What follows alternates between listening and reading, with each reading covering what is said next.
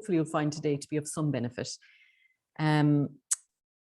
So let's see, are we doing? So just to give you a little bit of background, and I won't dwell in, the European Union budget, as many of you on this call would know, it works across a 7-year period. And the last 7-year period was 2014 to 2020. And the Interreg North-West Europe at that time, of course, included the UK. It no longer does. Just these are a few figures just to show how well Ireland has done, really, because out of the 378 million that was allocated across all of those countries marked in green on the map, Ireland actually received 30 billion, which is not too bad. And that went directly to around 88 Irish partners and 52 projects. And of those, we had 5 projects led by Irish partners. So we do pretty well out of Interreg North-West Europe funding. And I think that also given Brexit and the new landscape, that Ireland is well placed actually to do even better. So, being native English speakers and just being that little bit more peripheral, we could be an interesting partner for other countries. In that last 7-year period, the 14-20 period, who got the money? So we see here a little bit of a breakdown. Universities, higher education research entities got 25%. SMEs, private enterprises got around 32%. Public authorities, that includes local authorities such as county councils, regional authorities, national entities such as SEAI or maybe Teagasc would be examples of those included in the 30%. And for those listening today, the interesting point is that 12% of that funding went to interest groups, NGOs, and essentially civil society and voluntary groups, those kinds of actors. So there is money there. And we have been successful in the past in accessing it from a civil society voluntary group point of view. So now we'll move to the new program periods. That's 2021 to 2027. As you can see in the map, unfortunately, the UK is out of this round. There are 7 countries eligible, and they are Belgium, France, Germany, Ireland, Luxembourg, Netherlands, and Switzerland. Every county in the Republic of Ireland is eligible. And for your project, you need to have at least 3 partners from 3 countries. And that's the same for small scale call for proposals or our more typical larger call for proposals. The money available during the 7-year period is over 287 million, and that will be allocated to projects. There'll be different calls for proposals. The co-financing is 60%. That means that each entity needs to bring 40%. Very often that would be staff salaries, or sometimes you might have some cash donations that you could use for your 40%. The pre-submission to the budget that has been organized by the Wheel would be very helpful if successful in this co-financing ask. So, please do give your support to the Wheel, and where we can, we try to push as well to support that idea. So in terms of the call calendar, we try to have calls every 9 months. Usually the larger calls are 2-step process, and it takes around 1 year from the launch of the call, close of step 1, see who passes to step 2, and then finally whether or not you're awarded at step 2.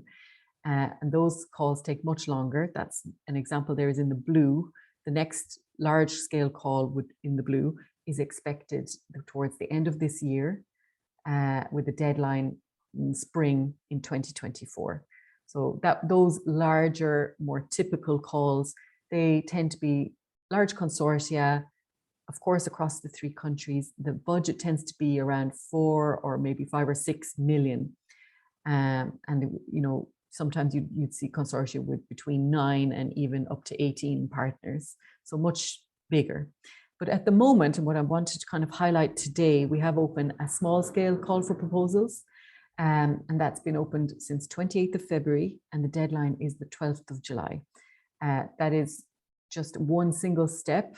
So you have to have all your information. It's a lot more work really compared to the step 1 of a larger call.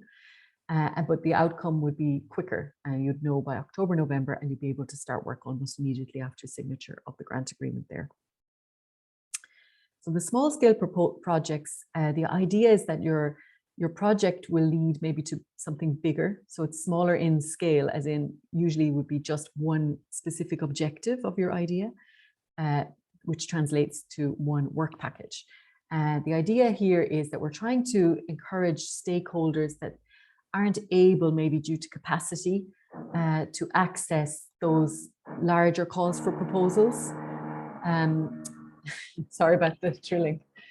That they're not able to access those larger calls. So what they will do is, maybe they could get together a smaller group in, still need to have 3 countries, but you try to just have one idea that could be in the future built into a larger project idea.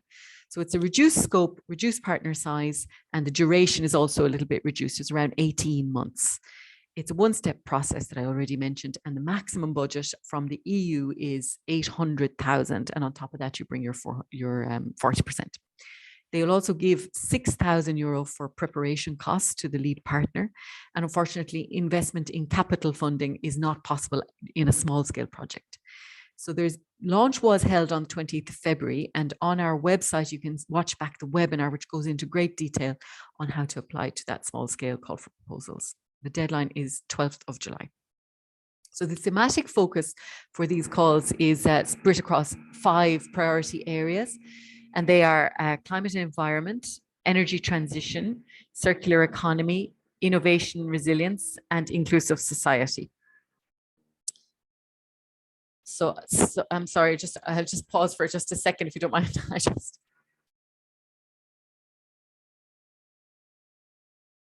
Okay, Sarah already mentioned and gave us a warning in the beginning that there is like some drilling going on in her house at the moment, and she couldn't, of course, not coordinate when this is supposed to happen. But hi, I'm back. So listen, I'm just going to put a kindly request in there that maybe they could hold off for 5 minutes with the drilling. Okay, great. So we'll see. Anyway, look, I'll fire ahead.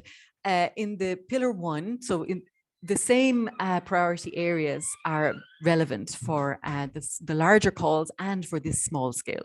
So we have these 5 pillars. Under priority area 1, we have climate and environment. And under there, you can propose projects around biodiversity, reducing pollution, anything around climate change, adaptation, or disaster risk prevention. Under priority 2, we're looking at energy efficiency, reducing greenhouse gas emissions, as well as the promotion of renewable energy. Under priority 3, circular economy, we're looking to see projects around circular resource efficient economy. Priority 4, it's with innovation and resilience. So they're just looking at projects here that are around digitization a lot of time, smart specialization, and the uptake of advanced technologies. And then finally, priority 5, which is inclusive society, and that includes 3 sub areas. The first one being essentially access to quality employment in the labor market and promotion of social economy. The second one being equal access to healthcare through developing infrastructure and primary care and promotion of transition from institutional to family and community-based care. And finally, enhancing the role of culture and sustainable tourism in the economic development and social inclusion and social innovation. So lots of food for thought there for the people on the call today, I think. Certainly it's a wide scope, so a lot of people could fit. So just in terms of knowing more and keeping up to date, we'll share these slides. I think Christine is going to kindly share them. There's a link there that you can click for access to the Irish Partners mailing list. So that's a mailing list that I run. And what I do importantly there, when you sign up, you add your keywords, and that helps me because then when an international consortium, say for example from Holland, comes to me and they say, look, Sarah, we need to find an Irish partner with expertise in working with migrant communities in an urban setting. I'll say, okay, well, look, I look at my database and I can see that, Flora is there. She knows all about that. I'll reach out to Flora and say, look, you might be interested in joining this consortium. So that's, please do pay attention to your keywords in those when you're signing up. The other thing you can do is when you have your own project idea, you can just contact me by email and we can have a chat about your project idea, see if it's a good fit, see if you've kind of hit the important point of it being transnational and across 3 countries, because that's maybe the main difference between these Interreg funding and Erasmus or Horizon, is it's really important that the project benefits the citizens across the 3 locations. So we really take a close look at that. in general, also encourage everyone to sign up to the Joint Secretariat newsletter. That's a different newsletter that covers all the different countries, and it's centralized from the Lille office. We also have an online community platform that people can go register yourself. You can see people put up essentially short summary abstract of their project idea. If you're interested in their idea, you can reach out to them and say, look, I'd like to join your consortium. Likewise, you can put up your own idea and people might reach out to you. So it's a really interesting online forum. And finally, we have these in-person meetings around once a year. Similar idea to the online platform. People go with their project idea on a poster, and it's in a large hall, and you can kind of go around looking at the different project ideas and see if you'd be interested to join one. You have a chat with the project owner, and they might agree to add you to their consortium. And likewise, you can bring your own poster and present your own project idea and attract international partners to your idea. So we had one of those events in Dusseldorf in Germany in December last year, and our next one will be in Paris, probably in December this year. So listen, that's it from my side. You have my email there, sdavoren@southernassembly.ie. Please reach out, keep in touch. Okay, are you able to see that screen, please, Emily? No. Oh, sorry. Okay. I'm seeing.